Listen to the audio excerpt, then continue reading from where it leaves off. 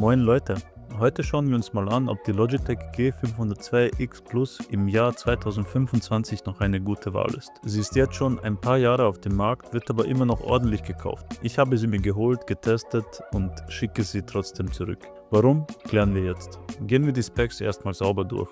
Und ich sag's mal gleich vorweg, technisch ist die G502X Plus auch 2025 noch ziemlich stark unterwegs. Der Sensor kommt auf 25.600 dpi, komplett Overkill. Spielt keiner mit, aber entscheidend ist, das Tracking bleibt absolut sauber, ohne künstliche Beschleunigung, kein Jitter, kein Spin-Out. Genau das, was man von einer High-End-Maus erwartet. Auch 2025 noch absolut konkurrenzfähig. Die Abfragerate liegt bei 1000 Hz, also 1000 Mal pro Sekunde wird die Position an den Rechner geschickt. Das ist im Jahr 2025 zwar nicht mehr das absolute Maximum, wir sehen bei manchen Modellen inzwischen zwischen 2000 und 8000 Hz, aber für 99% der Spieler macht das keinen spürbaren Unterschied. 1000 Hz ist immer noch absolut High-End-Standard.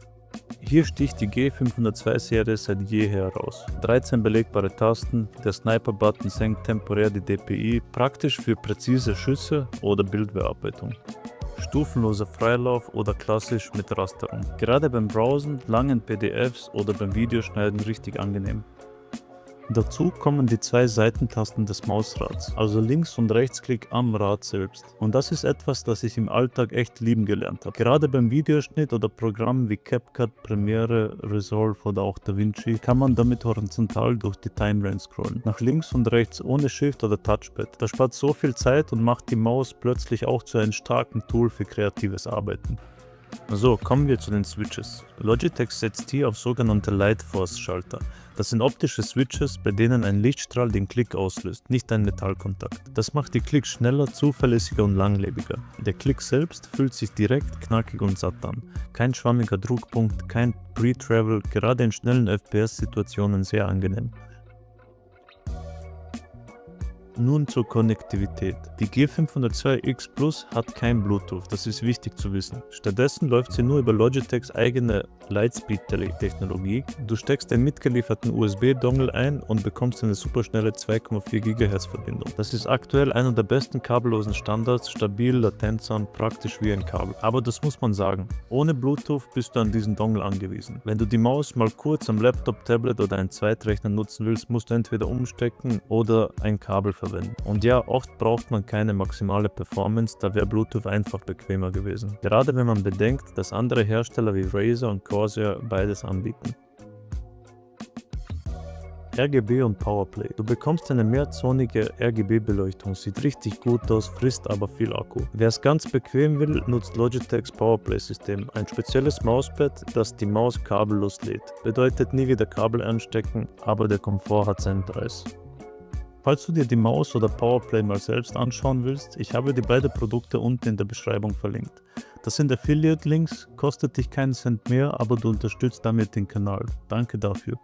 Kommen wir nun zur Ergonomie. Die ist bei einer Maus natürlich mindestens genauso wichtig wie der Sensor und die ganze Technik. Meine Hand ist grob gesagt mittelgroß, ca. 9 cm breit, 10,8 cm lang ab Handgelenk und der Mittelfinger ist ca. 8,5 cm.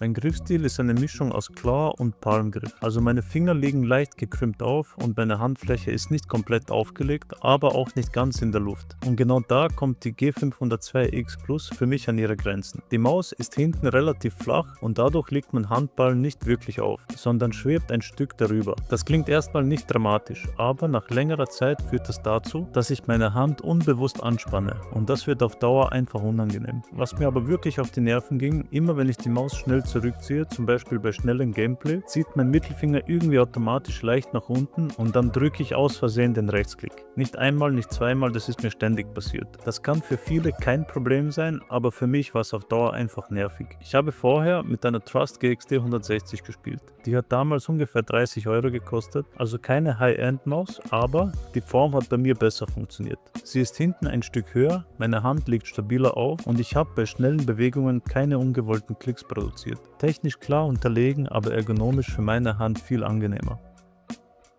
Fazit: Ist die G502X Plus 2025 noch empfehlenswert? Kurz und ehrlich, technisch ganz klar ja. Die G502X Plus ist auch 2025 immer noch eine absolute High-End-Maus. Sensor, Wireless Features, alles auf Top-Niveau. Aber Ergonomie ist ultra individuell. Für meine Handform und meinen Claw-Palm-Mix passt die Form einfach nicht. Für Leute mit etwas größeren Händen, eher Palm-Grip oder flacherer Handhaltung, kann die G502X Plus auch heute noch perfekt sein. Ich habe mir jetzt stattdessen die Razer Basilisk V3 Pro bestellt. Auch Wireless, RGB, Sniper-Button, freies Scrollrad, aber ergonomisch hinten etwas höher. Ob die besser zu meiner Hand passt, das klären wir im nächsten Video. Dort werden wir auch die beiden Mäuse miteinander vergleichen. Abo dalassen, Like nicht vergessen, wir sehen uns.